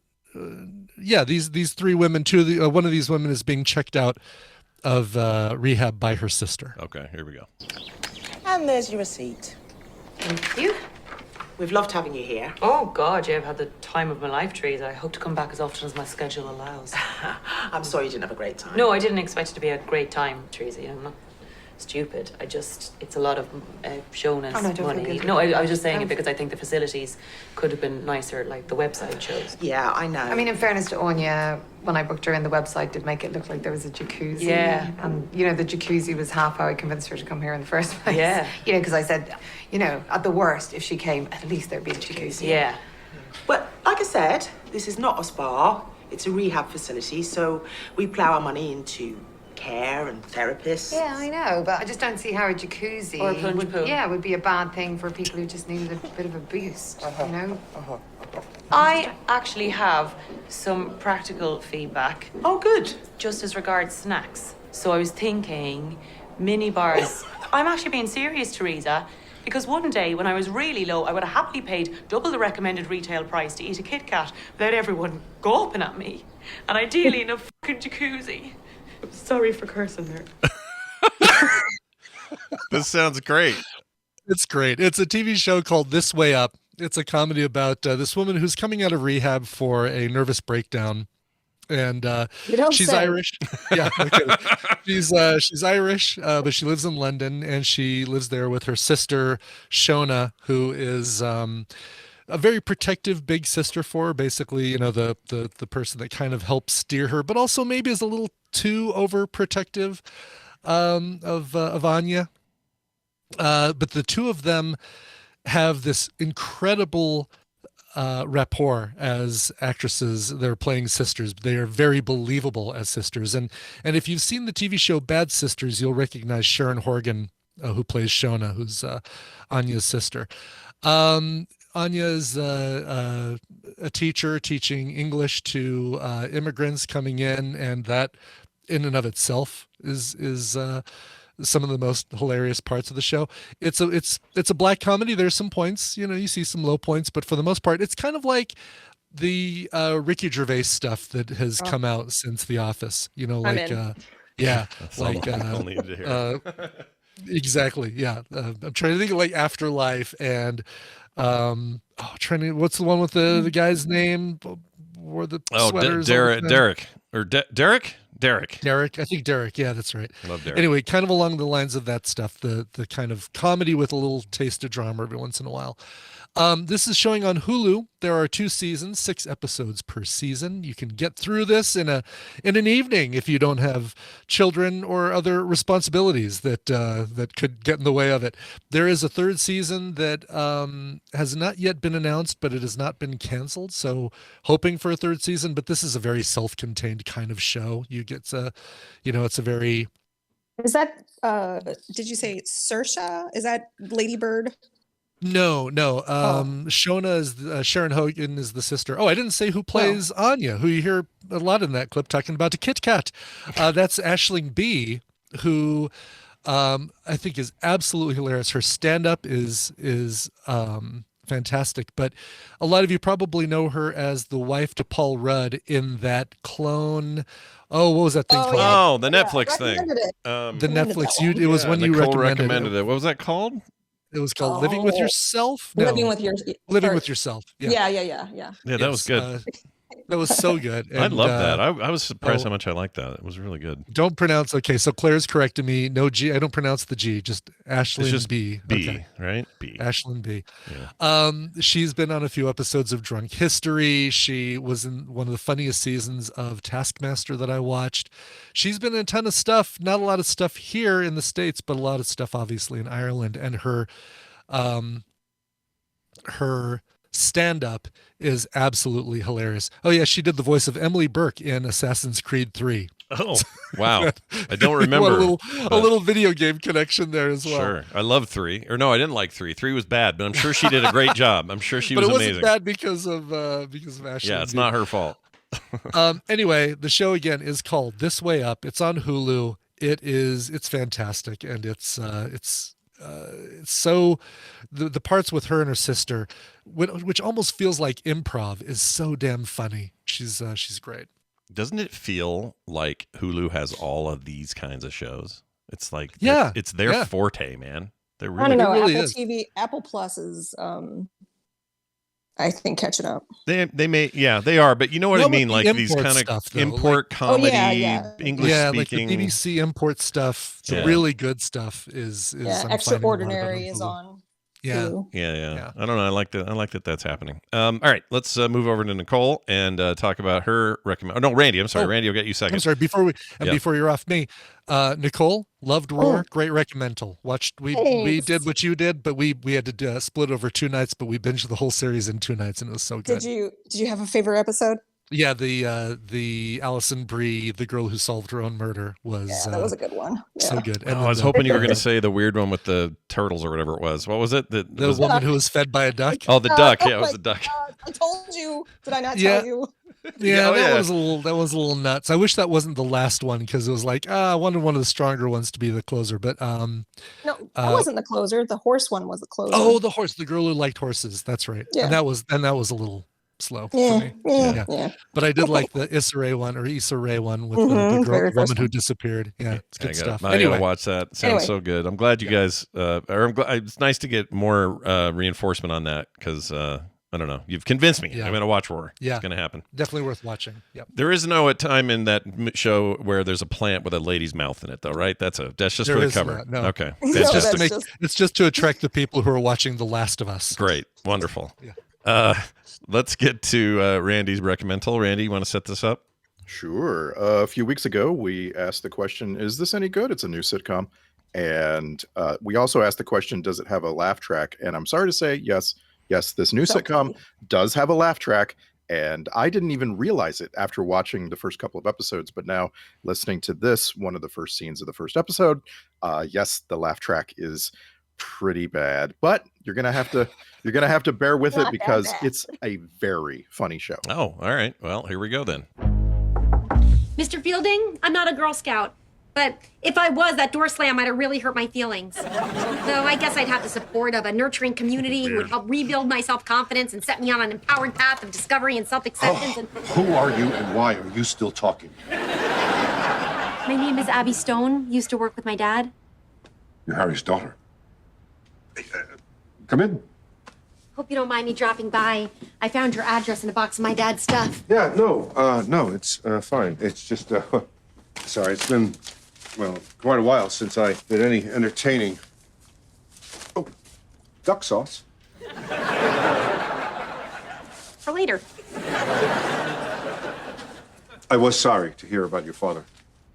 We lost touch over the years, but he was a great guy. I know he felt the same way about you. Mm. I almost didn't recognize you with the beard. In pictures, you always look so put together. Not that the beard isn't a good look. It's a great way to cover up a weird neck. Not that your neck is weird. It's... Wow, look at that view! You know what I got to say before you get anything? I'm surprised how most people, as they age, their voices change, like Picard or whoever, right? Their voice changes. It's normal. It's part of age. But John Larroquette doesn't sound any different to me today. Yeah, he doesn't. Yeah. He's trying really hard. Like you can really see he doesn't have anywhere near the energy nor the physical fall down slapstick comedy, that he used to have. Yeah. But he's trying really hard. And the first few episodes of the new Night Court show him transform back into a thing. And so he has to start out kind of slow with a big beard and he's not interested and so forth, and then he evolves. But it's really this series is not about Dan Fielding, believe it or not. The character that made the original Night Court, the series is not about him. It's about all of these other characters. And you have India de Beaufort, who she was Schneider's girlfriend on One Day at a Time, the remake. She is the Mac character. She's incredible in this, like just so straight funny. You have the bailiff played by Lacretta. I can't really place Lacretta for you very, very easily. She's been coming up through a lot of different series, but she is absolutely perfect for this. She was on Broad City. She was great on. It's only a single episode, I think. Yeah, there it is. Just one episode. I remember this lady from that. That's where she's great. I like her a lot. She funny in this? Her character is named Gurgs. And I just like someone just like threw some letters into a like SpaghettiOs or something, like Gurgs. How do you, but she is a laugh a minute, nonstop funny as the hard-nosed bailiff who is really, really in tune with everything going on. Does the laugh track ding this thing? Do you feel like it's could they have done it without it? I guess I'm saying. Yes, they absolutely could have done it without it. As I've said before, Young Sheldon proves that you can do a sitcom without a laugh track. And speaking of Sheldon, this whole thing lives and dies on Melissa Rauch as Harry Stone's daughter, now judge in Night Court. She's great. She's absolutely great. Crazy to hear her voice not doing the Big Bang Theory voice that she did. It's just, it feels like listening to a podcast at slower speed. And I was actually thinking, I wonder if she's going to trot out Bernadette every now and then for a joke, and she doesn't at all. And this is her show. It's a lot more serious than the original was. That's the way of remakes, right? Okay. Like but not like Fresh Prince or Cobra Kai serious. No. It's just it just takes its subject matter more seriously. Like the point of each episode is very well established, and there's a bit less of the Brent Spiner, coming in and making a funny voice. Right. Gotcha. Right. Okay. And so are is every episode like it's its own case, right? Or is this more overarchy story? So far, the reason I'm recommending it is because it is just flat out remaking Night Court. Like if you liked the original Night Court, you're going to like this. And that's why I'm recommending it, because I love the original Night Court. Yeah. It is really going there, like where you have it's serialized. There are very few like arcing stories. Like so far, like over 6 or 7 episodes, there's only been 2 stories that crossed over an episode. You know? Yeah. It's just fun. Except for, I mean, your arc is going to be, does Dan stay or leave? Because like he's kind of tentatively there. Oh, so. Right. You've been watching as well, Nicole, sounds like. Oh yeah, I started watching it when it first came out. I watched the first 2 episodes like the day they released. I'm like, oh my god, I love this so much. That's great. Oh, that's great. Good. Yeah, I'm happy to hear I that. love it. It blows my mind that John Larroquette kind of hasn't been doing this for 20 years. Yeah. Because he just it belongs to him, you know? This character, this attitude. That he hasn't been doing anything other than the last thing I remember him in was Madhouse with Kirstie Alley. Oh gosh, that was a long time ago. That's been a while too, yeah. Time ago. Remember when Modern Family started and you were like, "Oh, Ed O'Neill, right on." Right. Like that was only maybe 7 years after the end of, you know, his previous show, you know? Yeah. And like he really nails it. Like you can do that as a comedic actor. You can keep making series and change characters and go on and do great things. And John Larroquette just like, I don't know, maybe he doesn't actually like this. Like maybe the character not wanting to work in Night Court is a reflection of the actor not really wanting maybe to do this. he's got like he pops into stuff, like he's in a bunch of little random things here and there. It just feels like maybe he doesn't need to do anything. Like we've talked on Film He's Sack. the executive producer of this too. Oh, is he? He brought the show back. That's great. I like him, so I'm glad to see him back. That's awesome. Yeah. And every character that you're expecting is perfectly cast. Like I say, India de Beaufort is hysterical. Lacrette is hysterical. The other of the 5 main characters is Neil, played by Kapil Tawalkar, and he is just always spot on. I like that guy. He's great. I love how this thing is cast. I hope it goes on for 6 seasons and a movie. Seriously, it's so funny. Ooh, 6 seasons and a movie. Do you know the original creator of Night Court? His name was Reinhold Weege. Oh yes, oh, really? Because it's all over every episode of Night Court. That's true. Yeah, you see that like one of the last names you see of in the opening credits. Yeah. He died in 2012. The music what in a the great remake. name. Yeah. The music in the remake is remade music, and it was apparently all recorded for this remake by John Larroquette's son. Oh, really? Oh, that's cool. That's very cool. This guy wrote 3 episodes of Fish, 34 episodes of Barney Miller, an episode of MASH. That dude was around. He had stuff to do. Anyway, good job, Reinhold Weege. May your memory good live old on Reinhold forever. Weege. All right, nicely done. Nicole, let's get to yours. Yes. I'm very excited to hear about this because this is on my queue and has been for a bit, and I'm very excited. So tell, or you want me to just play or bump it up in your queue? Because after watching Glass Onion, I was like, I need more of this. I need more Ryan. I need more Ryan Johnson. Yeah. So when I saw that he was attached to this show, I was like, I'm on it, and I started watching it the day it released. Yeah. I'm trying to it's each episode, so you have an overarching thing that's happening, but each episode it's contained within itself. So this stars a woman that you may or may not like. I find that you either like her or you don't. Oh, I personally I'm one that loves her. Love her. Yeah, I think she's great. Mark, love her too. Mark cannot. He can't listen. He can't do it. Really? Oh, interesting. Okay. No, I think you're right though. She's a little divisive in that regard. Yeah. But I love her. I love her, and it's on Peacock. All right, here's your clip. Weird. What's weird?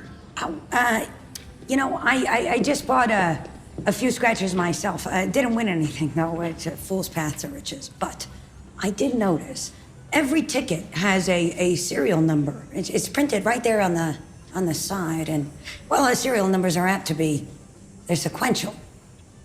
That means in order. I know. So? So then I remembered that I saw this trucker playing one of those kinds of scratch-offs this morning. It was a gold rush. It was right before I picked up my car, which was right before you bought your ticket. This trucker, he didn't win anything. He threw it away. You. I know. So she sounds, she's the only person in Hollywood that sounds 75 and 28 at the same time. I don't get it. I know. Yeah, exactly. She's so weird. Yeah. And Anyway. the older she gets, the harder her voice gets. Yeah. Yeah. Yeah. Seen some things. So Natasha Lyonne, right? Is that how you Yep. pronounce Nailed her? it. All right. Well done. So this is Poker Face. It is a serial show with episodes, and she is, you'll hear her in that clip, and you're like, oh, she must be a detective. No, she is not. She is not a detective, but she solves murders. Yeah. She has the ability, and this is if you watch the trailer to the show, she has the ability to detect anytime someone is lying. And so you follow her. The first episode kind of sets up like, well, if she can do that, she must be amazing at gambling, right? Right. Mm-hmm. And so you get that setup of her working in a casino and why she's working in the casino. And Adrian Brody is in the first episode. So you're going to see a lot of famous actors kind of pop in each one of these episodes. Yeah, one of the trailers made it look like an all-star cast. Yeah, like it does. It's crazy. So many names. Yeah, it's awesome. Yeah. They have a lot of amazing actors and actresses that come through. From what I've seen and heard, it feels very much like you mentioned the overarching story, but each self-contained, like 70s episodic detective television kind of thing. Yeah. Very, again, very Columbo, but again, not a detective. Such an interesting mix of people. On the one hand, Simon Hedberg. On the other hand, Pedro Hollywood. Also, Ellen Barkin for some reason. Chloe Sevigny, or however you say her name. Joseph Gordon-Levitt. Tim Blake Nelson. Ron Perlman. I'm in.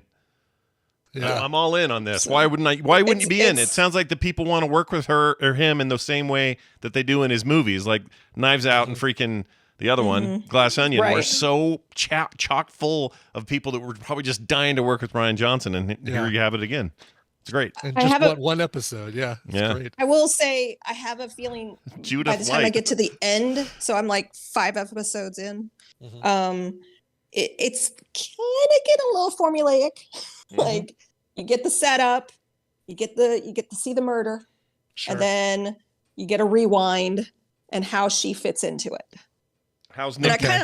I like that. Yeah. You just start to predict it a little bit, sure. Yeah, and you're meant to, no pun intended, peel back the layers of the story. See what you did there. Yeah. Yes. So how's Nick Nolte in his episode? That I need to know. I need to know how Nick Nolte's doing. I haven't seen that episode. Just how is he in general? Is he doing okay? You just got to check on him. You got to check on the guy. He doesn't look right, so you got to make sure he's okay. But I love Nick Nolte. I'm going to text and check in real quick. Hey, Nick, how are you? I am fine. Let's see if he gets back to you. Is there any episode where the murder involves a cockroach? No. No. Okay. Darn. All right. But there is an episode about barbecue. Okay. And it's called The Stall. And I have never heard of the term the stall until before I watched this episode. Mark was telling me he's going to do a new audio podcast with another guy called The Stall, and it's going to be about barbecue. Oh, wow. So apparently the stall is when you're cooking, like, say, a brisket, and the temperature just kind of stops. Yeah. And you keep it on the heat, and it doesn't go up. So when you say stall, it's not like a stall as in the location, like a bathroom stall, but like see, that's I'm not eating anybody's barbecue if it's made in a stall. No, you don't want that in a bathroom stall. But by stall you mean like stop, like pause. Stop and hold the temperature kind of thing. The temperature will not go any higher, and so as someone doing barbecue, you have to get it to break either you hold it there or you want to get it to cook more. So it's Yeah, so it's a whole process. And I would have never have known the double meaning of that episode unless I had talked to Mark like 2 days prior. Wow. So there you go. That's you learn cool. a little too. I want to see it. That's Poker Face on Peacock right now. Peacock Plus, Freecock, whatever it is. Wonderful. Whatever they're doing. All right, excellent. Here's mine. Let's get weird. Hold on. What you did to that woman was dreadful. She killed my brother. I would have done the same thing if she'd killed you. You're like a brother to me. Oh, you're my best friend in the whole world. I don't think I'm your best friend in the whole world. You used to spend much more time with John. Oh, who's John? John, the limping man. Oh, yeah. I didn't even remember his name. All right. Awesome. You are such on a Colin Farrell kick right now. I really am. I can't get enough of him. I loved him in, well, it's a little out of order, but The Gentleman, which I recommended last week, I actually watched after this, but he was in that. Loved that part for him. This is The Lobster from 2015, which I never saw. Everybody at the time said, Scott, you got to see this weird thing. It's the weirdest thing ever. And I just wasn't in the mood that year. I recommended it. I think you did. I think you did. Yeah, I think it's like way back then. Nicole actually was the one I think that first told me about it. And I was told it was strange. This Yorgos Lanthimos, however you say his name, he's a Greek director. Supposedly makes nothing but weird stuff. And normally that's totally in my wheelhouse, but for whatever reason, I just didn't do it. And I finally got around to it because it was on HBO Max. I'm like, well, there it is. I'm going to hit play. Let's see what we get here. And I loved and was also kind of insane by the movie. Like, I really like what they did. And there's so many people in this. Colin Farrell, we mentioned. Rachel Weisz is in it. Jessica Barden. One I would like to mention who's always good is, if I can find her name, Olivia Colman. Olivia Colman, thank you very much. She's fantastic in it. Very small role, but great. And you heard in that clip Colin Farrell talking to, his name's not on the top cast, so I have to look it up slow way. What's his name? Here's his voice. What you did to that woman was dreadful. Oh, C. Reilly. John C. Reilly. Jeez Louise. Yeah. Playing the weirdest character ever. One of my favorite, I don't know if you call him a character actor. I guess you do. He's just a young character actor. But one of my favorites is, if I can find the guy's name. Oh my gosh, I'm bad today with names. It is, you'll know it if you see it. It's this guy, Ben Whishaw or Wishaw. Oh, Ben Whishaw, yeah. He's in tons of stuff, right? Like a million things. An amazing actor. Incredible to just watch. I'd watch him do anything. He played a rabbi in Fargo season 4, I think. Everything comes back to Fargo. It often does. All roads lead to Fargo. Yeah, he's so good in that. Anyway, I love that guy, and he's a very Q weird in, part. Skyfall. He's our new Q. Oh, that's right. Yeah, you're right. Yeah, that's exactly right. He's also extremely good in that Mary Poppins Returns movie. Just an incredible Michael Banks character. He plays Michael Banks, the dad, and he's fantastic. Really good. Anyway. The whole thing filmed in Ireland, yeah? I think so. I think this entire thing was filmed in Ireland, although it's mostly British actors with a few Irish actors thrown in, including Farrell. And the occasional American, apparently. And the occasional American, right? Rachel Weisz is amazing, as she always is, and everything. Yeah. My gigantic crush on her. I just never can quite get over her. I'll never get over her. I saw her in The Mummy. That was it. I was done from then on. Sure. Any movie she's in, I'm like, sign me up. And I haven't seen anything this weird since The Fountain. Do you guys remember The Fountain? Oh, yeah. Yes. Also, I wish you hadn't gone there. I was hoping you were going to compare it to something I really liked.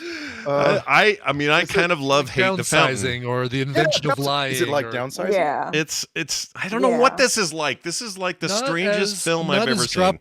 Drop down funny as The Invention of Lying or... Oh, there's very little humor in The Lobster. It's just not a funny movie. There's a couple of moments maybe, but Colin Farrell put on like 40 pounds for the role, and so he's just a bit of a schlub, and I don't even know what to make of it. Honestly, to this moment, I still don't know what The Lobster's about. You know, it also has the tone. You remember what was it called? The Queen? What was the one where the Queen was really weird? The Favorite. Oh, The Favorite. The Favorite, yes, right, with Olivia Colman and same guy, same director. Tone. Yeah, same dude. Oh, is it the same director? Yeah, same director made that, I believe. That explains the tone. Let me look it up real quick. I think But that's that's a lot weird. Like this Lobster's a lot weirder than than The Favorite, but The Favorite's great. Yeah, The Favorite is his. He did The Killing of the Sacred Deer, which I will see next. Yeah. That was a recommendal from Nicole as well. Yep. I think you went on a bit of a run, Nicole, and watched all his stuff. Yeah. So now I'm just catching up. Anyway, it's The Lobster. It's on HBO Max, and if you want to be weirded out just for the sake of it, you'll have a great time. Are there any like gore elements or like anything scary? No, not really. Mm-mm. Just uncomfortable and odd, and Oh, you're so uncomfortable. yeah, there are moments where the dialogue is this weird, stilted, everyone's not really being themselves kind of quality to it. So when there is someone who finally shows some actual emotion that they would show in that situation, you realize that they're actually breaking out of whatever this construct is. It's a lot. I didn't even tell you the plot. The plot is basically that people get turned into animals at their end of life because they were bad, I guess. Yeah. It's so weird. It's so weird. so it's a long episode of Black Mirror.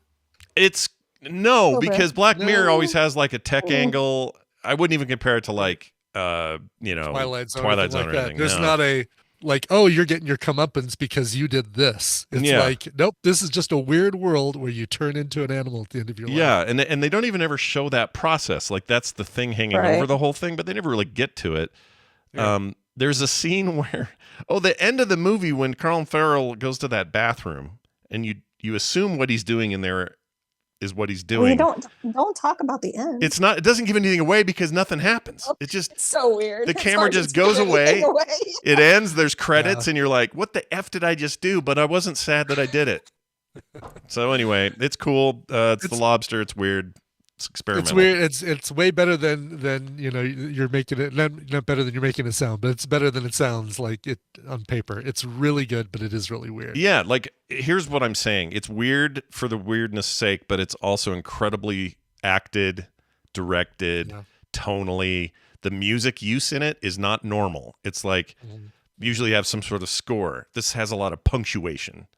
Yeah. And at times where it doesn't seem like it even fits. Like he's just sitting in his hotel room looking out the window and the music is going bonk, bonk, bonk, bonk, bonk, bonk, bonk, and you don't know why, and you don't care because you're in Yorgos Lanthimos' head, and he's having his way with you. So anyway, All right. My prediction is that Scott's next movie is going to be Roman J. Israel Esquire because it has Colin Farrell in it. I almost watched I tried to watch a documentary for today. I just ran out of time, but Peter Jackson made a really cool documentary about World War I, and I've been wanting to see it because I've been in a Peter Jackson mood and I didn't have time. So anyway, that may be next week, but Did you watch the Beatles documentary? still haven't. No, I saw it's supposed to be great. I mean, you guys Did the recommended part it here. two I come think. out yet? Part two hasn't come out yet, has it? Is there a part two? I didn't know Yeah, there was they- a part 2. You're talking about Get Mhm. Back, right? Yeah. Yeah. They did 2 parts. I thought all the episodes of that were released all at once. The new part is Paul McCartney at age 70. And it's hard to call it a documentary. It's basically like Yeah. 6 hours of Beatles home movies. It's so weird. Which are good. Don't get me wrong, but it's you're not complaining. It's hours of home movies that have been subjected to some kind of magic arcana. I can't get over how good it looks. Well, this is what he does, man. Peter Jackson's this is his mood because this World War I documentary is him restoring old WW1 footage. Oh wow! And having it look amazing. And he this did that with the Beatles technology stuff. is frightening. Yeah, it is frightening. We're all going to die. He also Brian and I Or live forever. Here's a side recommendation, and I think Brian will agree with me. Brian, you tell me if you agree with me. I don't want to speak for you, but yeah, get out of my mouth. I watched Fellowship of the Ring, Two Towers, Return of the King, all in a row.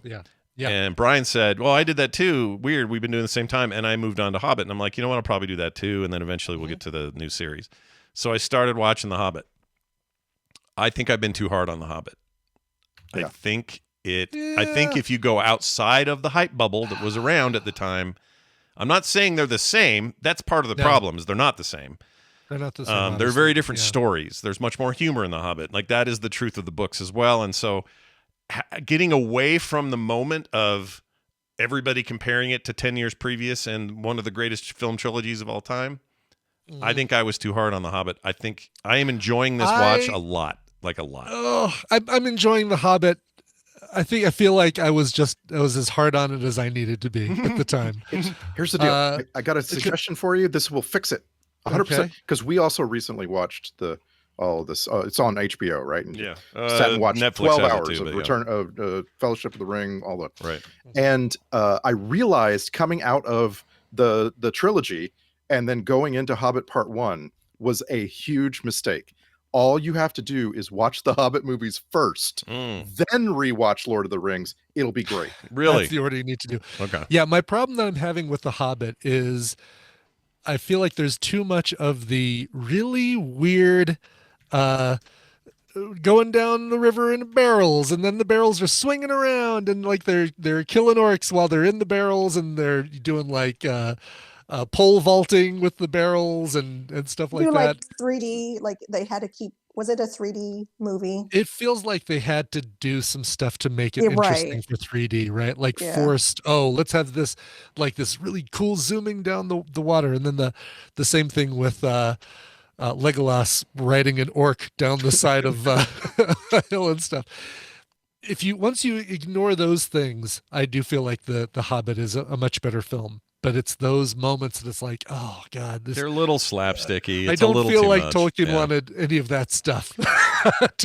Maybe not. I guess I kind of agree with that. I guess I would just say tonally, get through that stuff. Yeah, and if you just get tonally through it, and also the acting's really good. Those guys that play all the dwarves are great. Oh yeah. I really just watch Hobbit movies first. And then you don't have the Lord of the Rings hanging over it. Yeah. Lee Pace is great. Seeing Legolas and Evangeline Lilly in there as well. I mean, there's some really good moments in The Hobbit. Yeah, and it's funny though how critical I am of Legolas riding an orc, and how not critical I was of Legolas single-handedly taking down a giant elephant and sliding down his trunk. Yeah. You know what I mean? Doing the whole like sliding down the hoof and then woo, like spinning around it and like somehow I'm forgiving of that. In fact, I think I cheered don't know at why. Having even watched those two scenes as close together as I did, I'm totally with you. Like, weird. That's better. The Lord of the Rings one is better, but why doesn't this one work? Yeah. as well? And for all there those are people, so many ways. There's so many ways the Hobbit movies are better than the book, and that's like I don't like that argument. It's like it was one book; it should have been one movie. The 3 books were 3 movies. I disagree. It's better than the book because in the book you get the Hobbit and you get 2 dwarves and all the rest. You get Thorin, Balin, and all the rest. And in the book, you don't get to see them and feel how they're all a little different from each other, Yeah. And so in the movies, you get to really explore all those and these incredible actors, right? Like James Nesbitt and Aidan Turner. And like you get to see them and spend some time with them, and it's just so much better. Yeah. The dishes scene bugged me.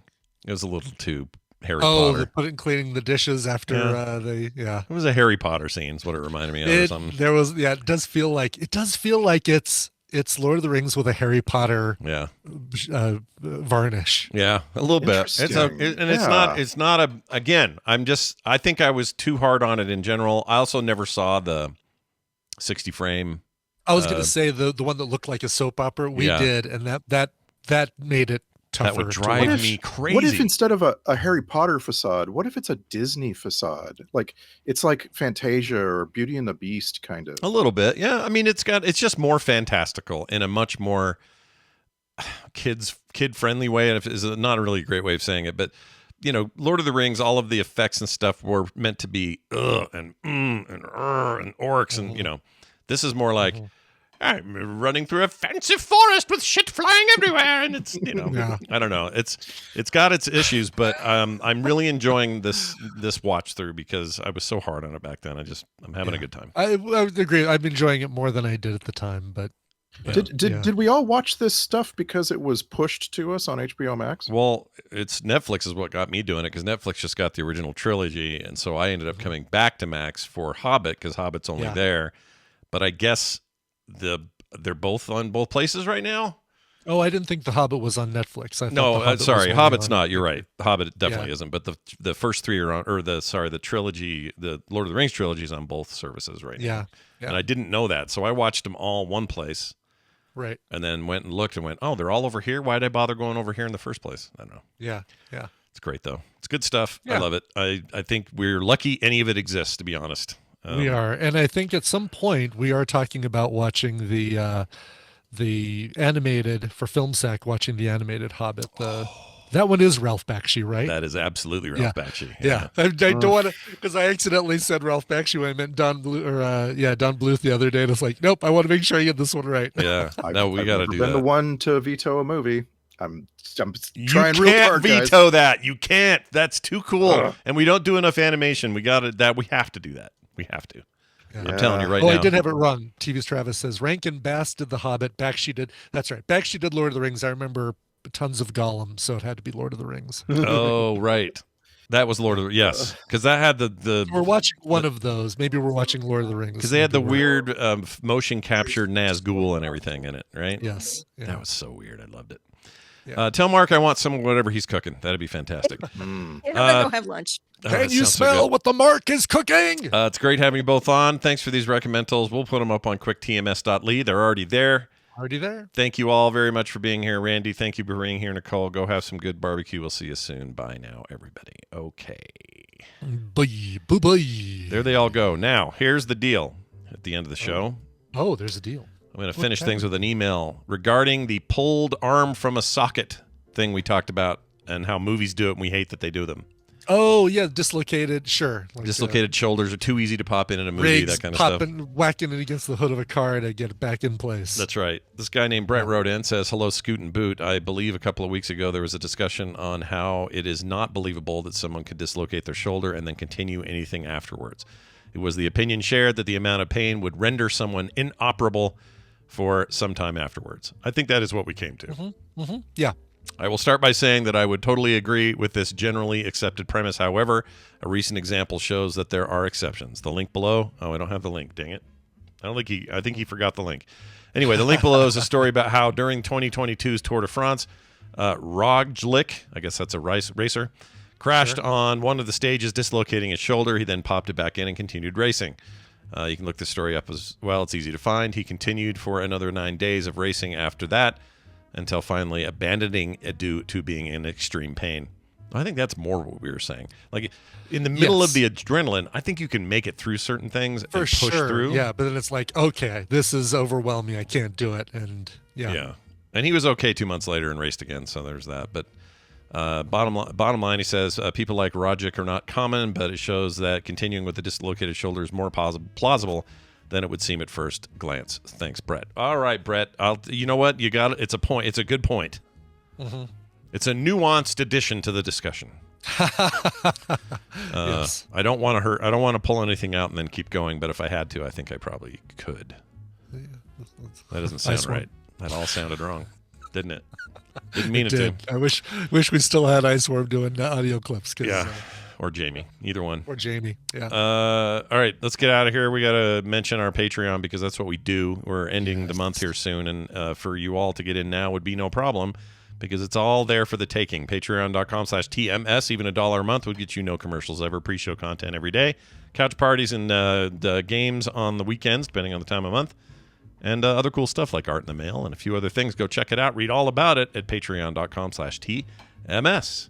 We also like to play songs here on the show, and Brian, I'll bet, has an end of show song to play. I'll bet. Oh my gosh, I do. Boy, I hope you're ready for something heavy because this is some heavy stuff. Okay. Jim Akron wrote in when he's in chat. He's Led Zepp. Hi, Shax and Banshee44. Don't know what the reference is. Somebody knows out there. Yeah. First time, long time. Finally remembered to request a song for my 41st birthday, and it never hurts to hear a rockin' song. Love the show, though, and you can eat rice. Oh, my gosh. Well, first this. Let's party. And then where's the rice? It's here somewhere. Oh, shit. Hold on. No. I like fried chicken. That's not it.